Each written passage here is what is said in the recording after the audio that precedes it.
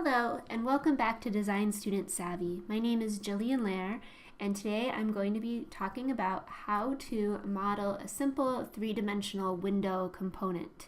This is our floor plan, our model that we've been working with on our last several tutorials. And today, like I said, we're going to be talking about modeling our windows and creating components that we can reuse in different places in our model. Now, if you've been working along with us, you know that not only do we have this three-dimensional model, but if you turn on X-ray mode, you will see that we have created two-dimensional symbols for our windows and doors, and they are sitting there on this layer called Plan 2D. And this is really nice because we can turn on X-ray view and use them as a guide for creating our three-dimensional symbols or our components. So we're going to start with this window that's in the back bedroom. It is a double casement style window. You can see that kind of from this symbol. You wouldn't know what it looked like in 2D yet, but we're going to pretend it's a casement style window. And to get started, we're going to create the overall frame of the window by clicking on the rectangle tool and then clicking from one corner to the other across the opening. And you'll see that this creates a face. If you double click, you'll get the face and all the edges. We want to make a frame that's 1 inch thick for that opening. So we're going to click on the offset tool and then click on our face and drag in towards the center. And as we drag, we'll type 1 inch and hit the enter key. And then you can see, if I zoom in closely, we now have two concentric faces, this skinny 1 inch one and then the middle one. Go ahead and delete that middle one. Then activate your push-pull tool, click on the face that's left, and drag back, and you can either type 6 inches or you can click on the back edge of the opening. Either way will work. And then we want to make a group, so triple click on that, and you can see all the faces and edges selected, and say make group. So there is the wall frame, the overall frame of our window. Next, we're going to create this vertical divider in that opening, and let's activate our tape measure tool. Click on the wall edge or any vertical edge that's nearby and drag over until you can snap to one of the corners of that vertical face in the 2D plan, just like that. Then activate our rectangle tool again and click from corner to corner at the intersections. P for the push-pull tool. Click on the face, drag back and either type 6 inches or click that back edge. Activate your selection tool by either clicking on it in the top toolbar or hitting the space bar, and then triple click, make a group. Now let's delete those guides, and you can see we have now the frame and the vertical divider, and we're still in X-ray mode. So let's model the window itself now. So click back on the rectangle, and we're going to click from corner to corner across one half of that window, and you can see here's the face. We're going to offset this 2 inches for a beefier frame around the actual window. Delete that interior face again. Push-pull tool, push that back 2 inches to get our thickness of the frame, and then triple click on it and make a group. Now let's make a extruded rectangle to represent the glass in the window. So let's click on our rectangle again and drag from corner to corner inside the window frame.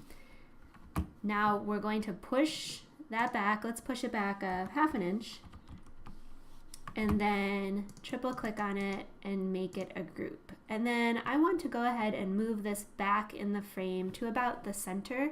So I'm going to click on the move tool, click on that corner, and then drag back until it snaps to the midpoint in the frame group, and then just release.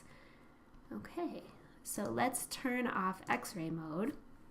So now that we've created the frame, the outside of our window, and the glass pane, let's turn those into a component. So I'm going to click on the frame, hold down the shift key, click on the glass, then right click and say make component. And we're going to call this component window 40, so 4 feet, and then 4 feet 8, so that's the 48. And then we're going to call it sub because it's going to be a subcomponent of our overall window. And then just say create. And now this is a component. And then we can make a copy of it. So click your move key, click that top upper corner, hold down your Alt or your Option key, and then drag over to your right and click on the top right corner of the other opening. And now you have your double window. And if you were to edit one of these components, it would automatically change the other component. So let's just demonstrate this by changing our glass. To edit the materials, you have to open the component by double clicking on it, just like with a group. And see, you can see when I click the glass, it selects both of the glass pieces. If I select the frame, it selects both of the frame pieces. So let's click the glass, and if you drag the gray, the 50% opacity texture onto it, you can see it updates both panes. And then if I drag the 5% back onto it, you can see it updates both panes. So using components can save you quite a bit of time if you know you are going to be tweaking or editing multiple parts of your model that are pretty much the same. So let's close that. Let's exit out of our window, and we'll just kind of zoom out and look at it. And now we can turn this whole window into a component. But before we do, I think I didn't do this in the written tutorial. I'm going to go ahead and move these back just about a couple, maybe 3 inches, just so we get an interior sill. So it just provides a little bit more detail on that window. All right, so let's turn this into a component because we're using the exact same window dimensions over in the other bedroom. So we've already got the two windows themselves selected. So hold down the Shift key, click that frame that goes all the way around, and then click the vertical divider, and then right click on it, select Make Component, and then type in window 4048. And we are going to also set our component axes, so that helps you with the insertion point. So we're going to click that, and you can see now I have the little red, blue, and green axis, and I want to make this bottom corner of the interior my insertion point. So I'm just going to click there, and then you're going to drag out on the red axis, and then you're going to drag out on the green axis. And that is going to set the axes for the component. So we'll just say create. And now we have a component. And if you look, see it's selected over here in entity info, it says window 4048. And actually, if we go to window components and we look in our components list, you will see window 4048 and also window 4048 sub. So those were the two different components that we just made. Now, let's go ahead and copy this, or actually insert this component in our other bedroom. So why don't we zoom extents and then rotate our model around. I'm just holding down my mouse, my roller ball, but you could also use the orbit tool to rotate your model. And let's zoom in on our other window in the other bedroom. Now, from our components list, you can click on window 4048 and see, look, it comes right in. And I'm just going to kind of move it into place in that opening.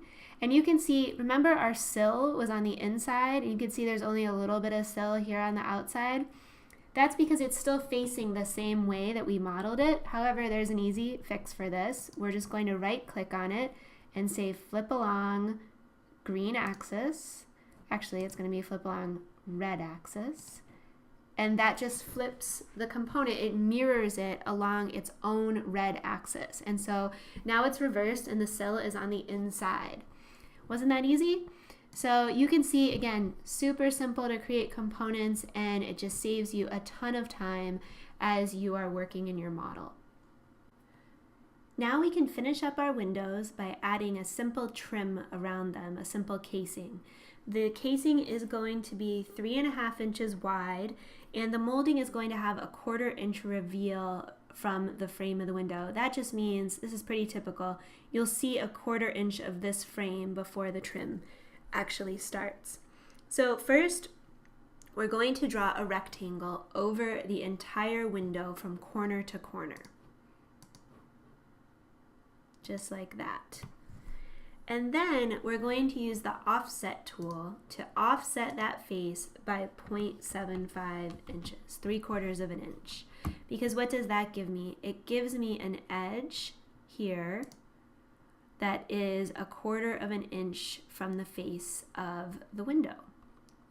So what I want to do is delete the face that's in between those two squares, those two rectangles. I'm going to delete that. And then I'm going to, oops, I didn't mean to open that. I want to go ahead and delete those edges just by double clicking on them so that I'm just left with this face that is offset 1/4 of an inch from that frame. And then I'm going to use the offset tool again, and now I'm going to offset that 3.5 inches. And what we want to do is delete this little, we want to delete this interior face. Okay, so now we're left with, there's the outline of my casing. And it's going to be 1/2 inch thick, so we're just going to pull it out and say 0.5 inches, enter, and then triple click on it and make a group. We're not going to make this into a component just because it's so simple, it's not hard to draw, and we're just going to go ahead and draw it on the other window as well. So now we'll just do that real quickly. I didn't do it in the tutorial, but for the sake of finishing this off and for demonstrating it again, in case you didn't catch that the first time. So corner to corner with the rectangle tool, offset 0.75 inches, delete that interior face, delete those outer edges until you're left with just that interior face there, offset that by our casing thickness,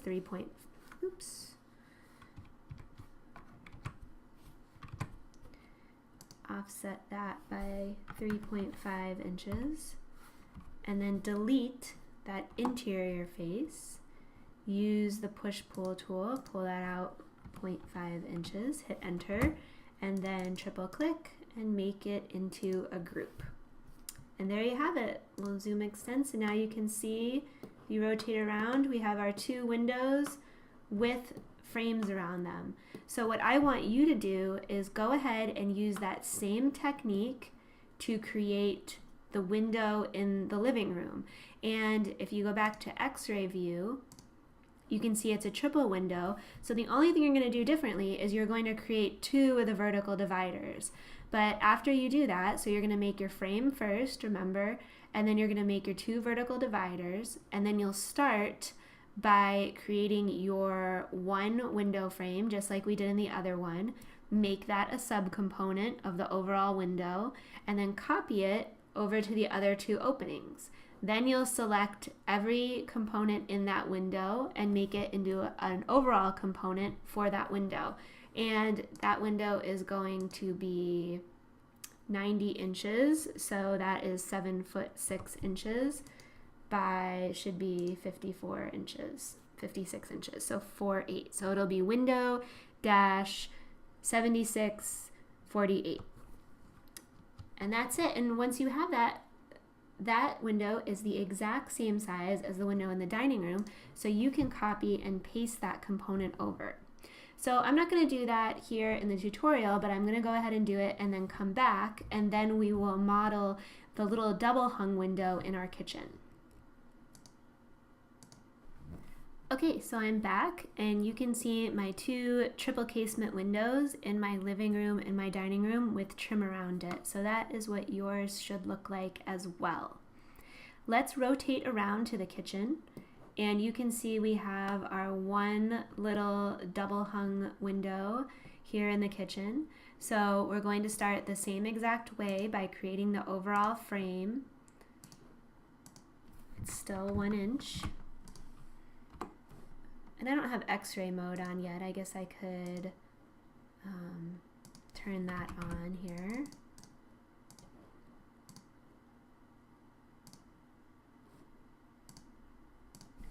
Okay, so in a double hung window, let's look at a picture of a double hung window. So I'm just going to type in double hung window. So you can see that there are 2 panes, and the bottom pane overlaps the top pane, the top part of the window, by the thickness of the frame. So that is how we are going to model our double hung window as well. So what we want to do is use our tape measure tool. We're going to click on the bottom edge and we're going to drag up. Notice I'm dragging up, it's snapped to the blue axis until I hit the midpoint of the opening of the frame. And I'm going to set a horizontal guide there, and then I'm going to drag up and set one 1 inch above it, and I'm going to set one 1 inch below it. Okay, so those are my 3 guidelines that I am starting with for this frame. Now, we are going to draw a rectangle from the top guideline down to create a face covering the bottom half of the rectangle, just like that. And then we're going to offset it by 2 inches. So click on the offset tool, drag in and type 2. Delete that interior face, and then we'll push that back 2 inches, just like that, and make that into a group. Now, just the way we did for the bedroom windows, we're going to create the glass pane within the frame and apply our transparent material and then group the 2 together. So rectangle, extrude it back 1/2 inch, make it into a group, move it back to the center of the frame, oops, just like that. And then here's our window glass. All we need to do now is click on that, and let's delete, we don't want to delete guides yet. So select both of those and make them into a group. Now we're going to activate the move tool, and we're going to make a copy of that window group with the bottom edge aligned to that bottom guide, and then we're going to move it back 2 inches so that it sits behind the bottom window. So activate our move tool, click the bottom corner, hold down your Alt or your Option key, and we want to bring it up to that bottom guide, and then you're just going to move it back in space on that red axis 2 inches. Okay, so there you can see there are the 2 parts of the double hung window. They fit perfectly within the frame and they overlap in the center. So now let's make our window component for the double hung window. First, let's delete our guides. We already have the 2 parts of the window selected, but if you don't, go ahead and select those. Hold down your Shift key and add, that was the wall, add the frame to the selection. Let's turn off X-ray mode so we can see better. There it is. And just right click and say Make Component. And this one I'm going to call Window DH, and it is 32 inches wide by 38 inches tall. And we can set our component axes right here at the corner so it's easy to insert the next time we want to use it, and say Create. And what's left, the trim, we'll do it the same exact way that we did the trim on the other windows.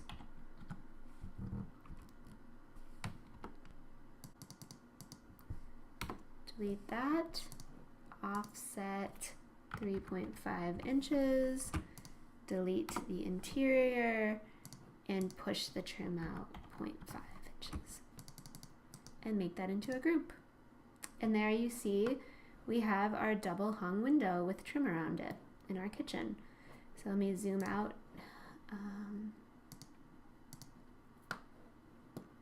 So you can get a better look at that. So now you know how to create two different types of windows, and really it's not hard. If you have a window that you want to create, just look at how it's put together. I think the most important thing to remember as we're modeling for interior design is that what is our overall intention? Is our intention to communicate a concept to our client, or is it to create construction documents for our contractor? Depending on what our intention is, it's going to dictate the accuracy that we need and the level of detail.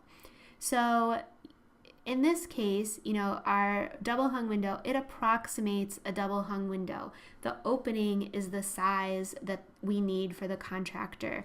The window is the size of window that we actually want to use. But does it matter if every little part and piece is modeled exactly the way the actual window that you're going to use is modeled or is created in real life? Probably not. And if you try to get that level of accuracy when it's not required, you are just going to drive yourself crazy. So keep things simple, especially when you're just getting started. And, this is so simple and it looks pretty good. It does the trick. We don't need, the little doodad up here to lock the window. And we could put a handle on the bottom, but it's not really necessary at this point. So just keep that in mind. I hope that you enjoyed this tutorial. We will have a new tutorial coming up soon where we will create simple door components for our model. If you have any questions or want to leave feedback, you can do so on this video, but I would encourage you to head over to designstudentsavvy.com and leave a comment on the blog post associated with this tutorial where you can see every step of the tutorial written out for you with images. And you can also sign up for my email newsletter so that you can be notified of new tutorials as soon as they come out. You can also get access to the models that I use in these tutorials so that if you're just jumping in and joining me now, you don't have to start from scratch. You can start with the model that we're working from in each tutorial, which is really nice. So thanks again, and I will talk to you soon.